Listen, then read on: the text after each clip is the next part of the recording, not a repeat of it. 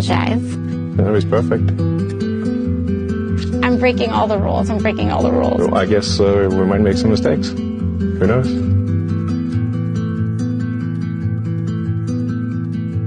The beef between Elon Musk and Alexandria Ocasio-Cortez, it comes from years ago. And obviously this clip was edited to show a side of them that we will never see. Now, AOC, she's back on the airwaves and she's complaining yet again with her big mouth about none other than Elon Musk. Check this out. And guys, before we get started, thanks so much for hitting the like button. Thanks for being here. Thank you for subscribing to the channel. Let's jump in. Democrats are in full meltdown mode over Elon Musk.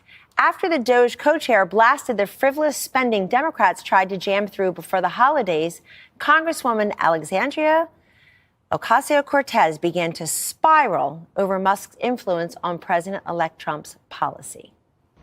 Oh, I don't think we're witnessing the start of an oligarchy. I think we are fully here. You literally have a completely unelected billionaire who has just taken over. You have billionaires who run news outlets like Jeff Bezos and the Washington Post, billionaires that run the LA Times, completely interjecting into their editorial boards and manipulating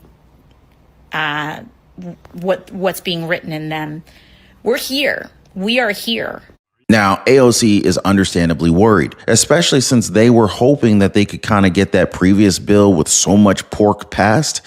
Yeah, I guess AOC and a lot of her colleagues are just kind of pissed off about not having funding for their pet projects. Now, many of these Democrats are saying that the presidency has been handed to an unelected leader, even though President-elect Trump confirms that Elon Musk is doing what he's supposed to do. And isn't it hypocritical to question Elon Musk's influence over Trump? Because we all know for a fact that President Joe Biden hasn't been leading this nation for the last 4 years.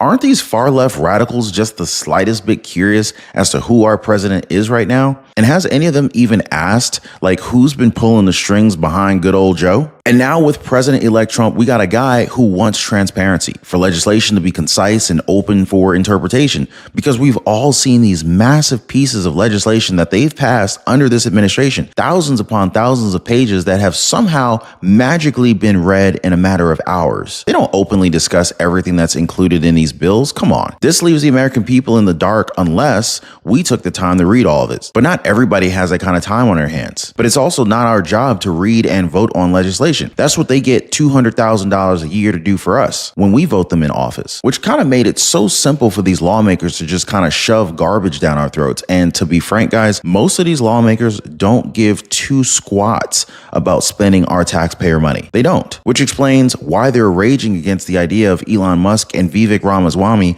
having any sorts of influence when it comes to these issues. And obviously, AOC's rant is part of their plan to create a rift between Trump and Trump's own party. Watch. Lisa, this is what they did during our first term, trying to divide the president from his team by putting all these ridiculous stories out there. Who's trying to be the president? Who's leaking? Who's doing this, that, and the other against the president? Well, all the while, he likes to surround himself with people who will push back a little bit, respectfully and deferentially. When he says what's going on, he wants to know what's going on. The Oval Office is the biggest hermetically sealed bubble in the world. So Elon Musk is just one of these, the best advisor probably, but one of many advisors. The Bible says wisdom in a multitude of counselors. How do you read all this? Well, and that's what a good CEO does, right? That's what a good president does. Surround yourself by really smart people. He's surrounding himself with people, problem solvers, doers, titans of business, governors, people who've had a lead for a living. That's what he's doing. I think the reason why they're attacking Elon Musk so much is they're trying to drive a wedge between Elon Musk and the president, right? They're trying to drive apart this, team of Avengers that Donald Trump has surrounded himself, trying to drive a wedge there. But if you're Elon Musk, I think he's doing this truly for the right reasons. I mean, I listened to that whole 2-hour interview that he did with President Trump on X, and he repeatedly talked about the fact that civilization's on the line. Freedom is online. Because what does he get from catapulting and destroying the CR, right? He doesn't get anything. But what does he get from being on Doge? He doesn't get anything from it. What did he get from the Twitter acquisition, right? He lost $24 billion on it as of September 2024. So, he's doing this for the right reasons. His heart isn't for the right reasons. But, they're just trying to drive a wedge. AOC and these other Democrats are also just so angry about Elon Musk's massive wealth, just straight hating on the left, and that he has influence over politicians given said wealth. He also favored the left a little bit more before, which kind of makes him a key enemy for them. Remember that Democrats don't like it when people cross the aisle. Granted that this is something that's evident in both parties, although it is pretty easy to say that the Democrats who lean to the right, they're much more vilified. But if AOC is talking about billionaires with influence, why not talk about George Soros? Why not talk about Mark Cuban? How about these billionaires who went all in for Vice President Kamala Harris? People who obviously have influence over the Democratic Party. But that's the problem with politicians like AOC. If their party does it, then it's okay. It's all right? But if they see even a hint of it within the right, then they go crazy. The hypocrisy within the left is just unreal. And AOC is a prime example of just how deranged they can be. And just to prove a point here, you guys have heard about the woman who was burned to death by an illegal immigrant in New York, right? AOC is a supporter of these undocumented immigrants. Here's what happened when she was asked about it. Check this out. Ocasio-Cortez, so your district is really suffering under the pressure of the border crisis. Thank you. Why are... I'm sorry. Trying to get through the tour, man. Don't touch me. What? Your district is very much suffering through the border crisis. Why will you not? No, get out of my way. Excuse me, sir. Get out of my way. Dude, fucking get your hands off of me. What? Go down the stairs, man. Relax. Stop touching me. Stop touching me.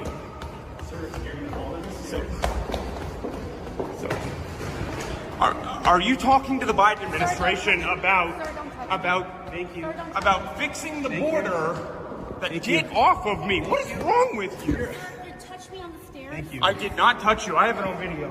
The panic in her step says it all, guys. She was being asked legitimate questions, but in her mind, she's being attacked. Imagine if these people were questioned by mainstream media the same way. We see that they do it with President-elect Trump. Some of them are even being downright disrespectful. But as far as we know, he doesn't run away from journalists. And what's evident is that AOC only disagrees with anything that favors Republicans, because that's probably her job at this point.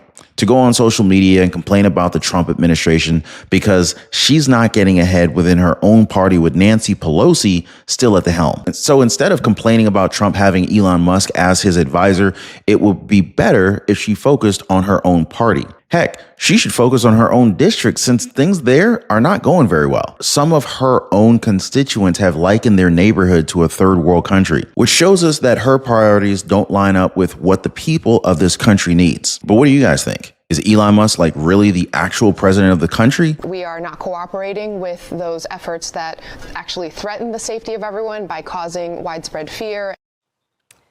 Texas Republican Congresswoman Beth Van Dyne, a member of the Ways and Means and Small Business Committees, joins me now. Thank you so much for talking to us. Thank you for having me on. I want to talk about this program 287 because clearly this is the wave of the future. This should be enacted in every single state. You know, mass deportations are going to be hard enough, but a lot of those that are being deported are criminals, and they are repeat criminals. So this means that if there is a criminal, an illegal immigrant that's in jail, that illegal immigrant is not going to be re-released into the public so that they can continue to commit crimes. They will be handed over to ICE, even somebody who commits a DUI. It doesn't have to be a violent crime. You commit a crime, you go to ICE, you go back to your country. What is wrong with that? Why would any Democrat want to promote allowing these illegal immigrant criminals to go back onto the streets to reoffend? And we just saw them, too. We just saw my Democrat colleagues all vote against having people who are here who are getting stopped for things like DUI go back. We just had a vote on that recently in Congress. The question is, why? I can't answer that. I've had experience with this personally when I was mayor, when I was on the city council. I was a big supporter of 287G. We actually created a program in my city of Irving, Texas, where we worked partnership with ICE, with Immigrations and Customs Enforcement. When you have your local enforcement, your law enforcement agents, your local police working with federal law enforcement agents, it's the best partnership. Democrats, you've tried it your way. You've seen what's happened. You have seen women who have been, put on fire in your subways. You have seen mobs who have taken over apartment complexes. cases. You have seen murders, you've seen rapes, you've seen beatings of police officers. We've tried it your way. Why don't you try enforcing the law? Why don't you try working with federal law enforcement in protecting your citizens? It works. We had a lot of criticism when I did it in Irving, Texas. And the fact is, what we saw was the lowest crime rates our city has ever had. Yeah. We became the 5th city in the country. And far from people wanting to move, people wanted to move in. And I am all supportive of Tom Homan and working with him. I have sent out a letter to mayors in my district saying, we want to teach you more about this partnership. We want you to have the resources that you need. We're going to be having roundtables. We're probably going to invite Tom to come and see if he wants to address any of our mayors or local law enforcement to tell them how to do it better. This is what Republicans, this is what Democrats in these representative cities should be doing. This is something that both Republicans and Democrats should be doing for the American people. This is what any New Yorker would want to see done. I mean, the crime rate in these cities are astronomical, especially since the pandemic. And a lot of these cities that are Democratic cities just continue to welcome the crime by busing in and allowing illegal immigrants to live for free in hotels. It's got to stop. Tom Homan, President-elect Donald Trump's newly appointed border czar, has confirmed plans to reinstate a controversial immigration policy involving the detention of families with children. So Tom Homan, who previously served as the director of U.S. Immigration and Customs Enforcement, also known as ICE, during both the Obama's administration and Trump's first term, essentially explained that this policy is aiming to address illegal immigration while maintaining public confidence in the system. So, in an interview with the Wall Street Journal, Tom Homan, he outlined his intention to bring back family detention centers as a part of the administration's immigration strategy. So he argued that individuals entering the U.S. illegally and having children while doing so, they bear the responsibility for their circumstances. He said, quote, "You know you were in our country illegally and you chose to have a child, so you put your family in that position," end quote. That's coming from Tom Homan. What do you guys think about that? What do you guys think about Tom Homan's stance? They came into the country illegally. They had a child here, and ultimately they have put themselves into the situation that they're in. Let me know, guys. What do you think? Now, Tom Homan has also stated that building on expanding family detention facilities would be necessary to accommodate this policy. Essentially, he also highlighted and emphasized that the scale of this effort would depend on data about immigration trends and the availability of resources. Balancing enforcement with public perception, Homan really stressed the importance of enforcing immigration laws while trying to maintain public trust. Quote, "We need to show the American people that we can do this and not be inhumane about it," end quote. He also acknowledged essentially the challenges of balancing effective enforcement with humane treatment, saying we can't lose the faith of the American people. Now, Tom Homan, he's no stranger to tough immigration enforcement. Back in 2012, under his leadership at ICE, the agency deported over 400,000 individuals, marking the highest number in U.S. history. Now, while he did not commit to specific deportation targets this time, Tom Homan emphasized that his goals would depend on the resources that are available to increase ICE's capacity. Why would Democrats want to, provide a sanctuary city for illegal immigrants and prioritize illegal over American citizens? I don't get it, but they've been doing this for years. I've been in the state legislature, then in Congress, and they keep prioritizing illegal immigrants over U.S. citizens. It's a real head scratcher. I don't get it. So far, at least 6 blue cities so far have strengthened their sanctuary laws since Trump's election win. Incoming border czar Tom Homan has a simple warning for all those jurisdictions: get out of the way. But of course, some Democrats are digging in. We're not going to cooperate. We're not going to ask our police force to serve as ICE agents. I'm going to do everything that I can to protect our undocumented immigrants, the residents of our state. I will fight you every step of the way. If it's contrary to our values, we will fight to the death. Would the Massachusetts State Police assist in mass deportations? No, absolutely not. Quote, "I will be setting myself up for disappointment if I were to promise a specific number," end quote. So anyway, to kind of support the effort to support the increased focus on deportations, Trump and his advisors have proposed deploying National Guard troops. So Tom Homan clarified that these troops would not conduct arrests, but would assist with essentially logistics such as transportation and other support roles. Quote, I don't see this thing as being, sweeps and the military going through neighborhoods, end quote. Tom Homan assured, adding that immigration enforcement will be targeted and will be focused on individuals with criminal records. Now, as President-elect Donald Trump prepares to implement stricter immigration policies, several Democratic leaders and cities are now stepping up their efforts to resist these challenges, these changes, especially deportation plans. So this growing resistance is actually focused on strengthening sanctuary laws and creating resources to support immigrant communities. Ellen Rosenblum, the Attorney General of Oregon, is spearheading efforts to bolster sanctuary policies in the state. She has announced the creation of a sanctuary toolkit, which kind of aims to educate residents about Oregon's laws that protect immigrants. The toolkit will provide guidance on how state laws should basically shield undocumented immigrants from federal immigration enforcement and will serve as a resource to those who are looking to understand their rights and their protections under these policies.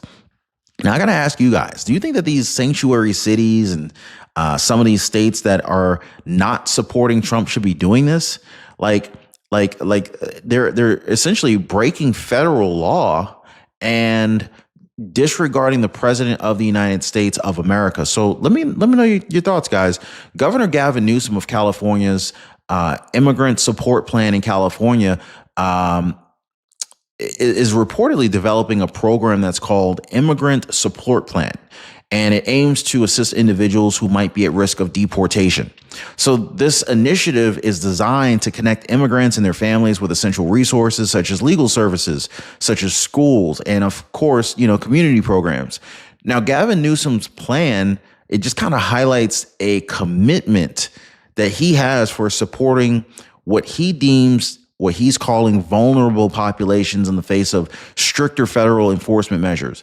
Isn't Governor Gavin Newsom like an accomplice now? Like it seems like, wouldn't that make him like aiding in like criminal activity? Because these people are in the country illegally and he's trying to protect them. So I'm just saying that's definitely what it sounds like to me. But across the country, Democratic-led cities and states are strengthening sanctuary policies to limit their cooperations with federal immigration authorities. By the way, guys, if you're just now joining the live, I really appreciate y'all being here. Thank you so much for taking a second and clicking the like button and subscribing to the channel. Totally appreciate you guys. But yeah, these policies are intended to protect undocumented immigrants from deportation by restricting the sharing of information or collaboration with federal agencies like Immigration and Customs Enforcement, also known as ICE. Now, while Democrats are ramping up their resistance to Trump's new policies, Republican leaders, particularly those in border states, have criticized sanctuary policies as undermining federal law enforcement efforts. For example, Republican Congresswoman Debbie Lesko from Arizona has expressed strong opposition to sanctuary cities, arguing that some of these policies hinder the enforcement of immigration laws and they compromise public safety. So, yeah, it's crazy, guys. Now, Russian Foreign Minister Sergei Lavrov, he's a longtime ally of President Vladimir Putin, has issued a stark warning about Russia's potential use of nuclear weapons. We're talking nukes, guys. This is alarming. We're trying to avoid a World War III situation. Hopefully, Trump can help the United States and all of the other surrounding nations around the world to avoid World War III. But Lavrov stated that Russia will defend its national interests by any means necessary, essentially emphasizing the country's willingness to respond forcefully if its resolve is tested. So this warning, it just kind of like shines a spotlight on Moscow's stance on safeguarding its security amid these escalating tensions within the West. So throughout the ongoing conflict in Ukraine, Russia has it has frequently reminded the West of its nuclear capabilities. Basically, hey guys, we got nukes, don't mess with us, right? So with the world's largest nuclear stockpile, Russia holds approximately 90% of the global nuclear arsenal alongside the United States. So this immense nuclear stockpile really just kind of underscores the high stakes of any kind of potential escalation between Moscow and any of the Western nations like the US, which has been a major backer of Ukraine. So if we go back just a little bit, back in November, Putin revised Russia's nuclear doctrine, lowering the threshold for deploying nuclear weapons. Under the updated policy, Russia could respond with nuclear weapons even to a conventional attack from a country supported by a nuclear-armed nation. This should raise the hairs on everyone's backs right now, right? So this change theoretically places Ukraine at risk since the U.S. has provided substantial military and logistical support to Kiev. So World War III is we've never been this close to World War III. I'll just put it to you guys like that. Now, speaking on Russian television, Sergei Lavrov, he claimed that Moscow does not seek to heighten the risks of a nuclear conflict. That's what he says, even though it doesn't seem that way. According to Lavrov, Russia remains committed to the principle that there are no winners in a nuclear war. However, he cautioned other nations against testing Russia's commitment to protecting its national interests, warning of the potential consequences. Now, Lavrov also blamed Western countries for keeping the dialogue about nuclear weapons alive.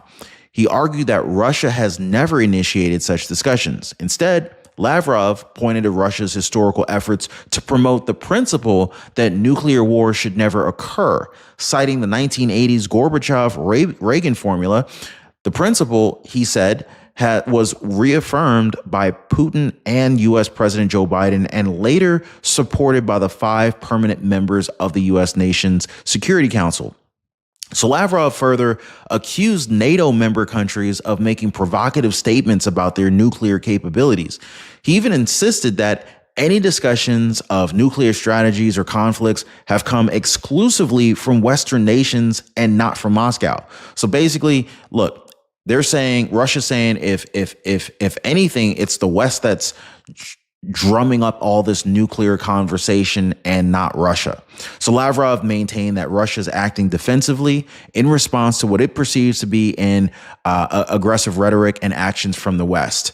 So this rhetoric from Lavrov really kind of highlights the increasing tense geopolitical environment that we're in right now.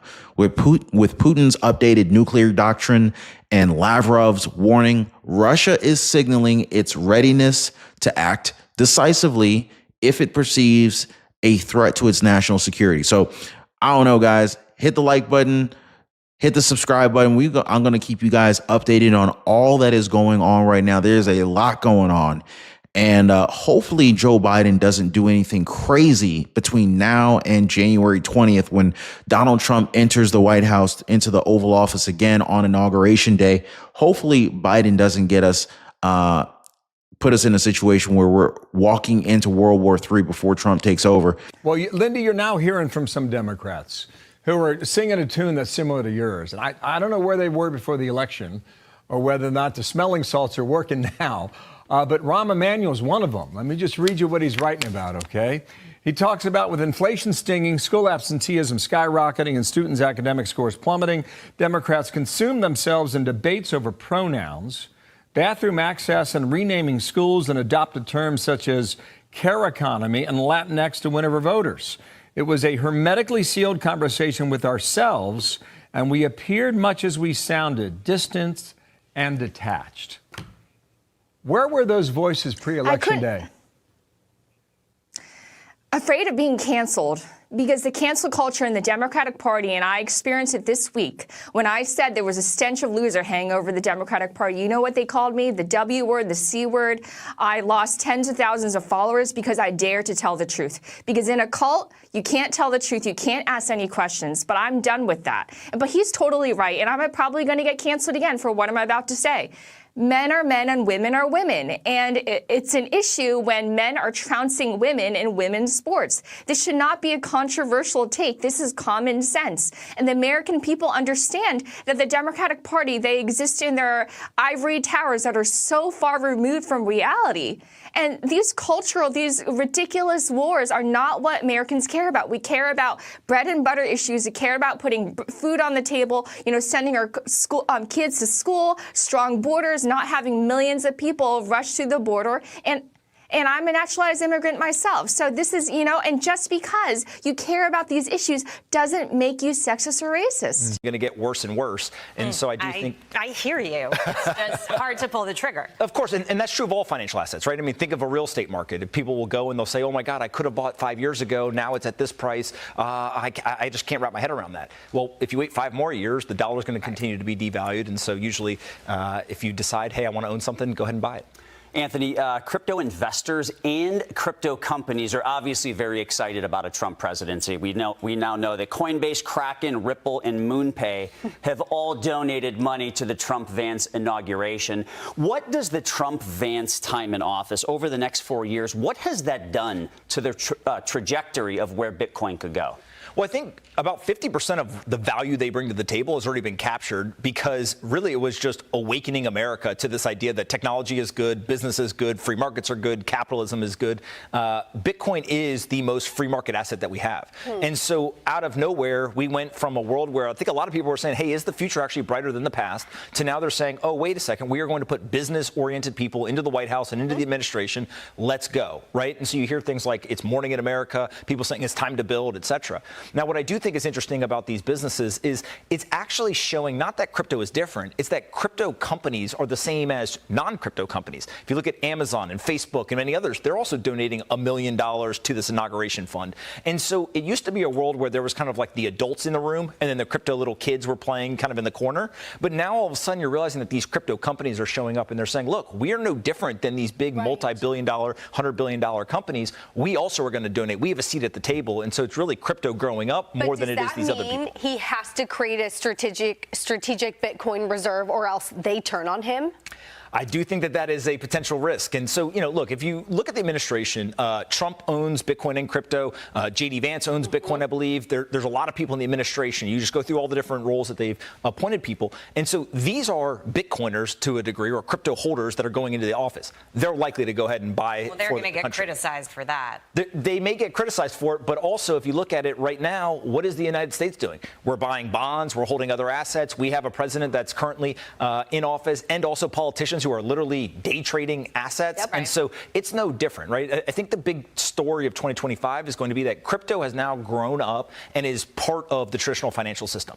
And there's pros and cons to that. But now we have a seat at the table. You saw that in the political arena in terms of donations and influence. But you also now are going to see it in the financial arena. And that is going to be a huge tailwind, I think, for Bitcoin and crypto in 2025. But yeah, for anybody who's struggling financially, this perspective really does matter. Like even a small investment as little as 2% of your disposable income could theoretically grow exponentially. And it's really about planting a seed now in order to reap the benefits later. Like think of Bitcoin as like an entry ticket to a wealth revolution, right? One where those with limited means could actually finally gain a foothold.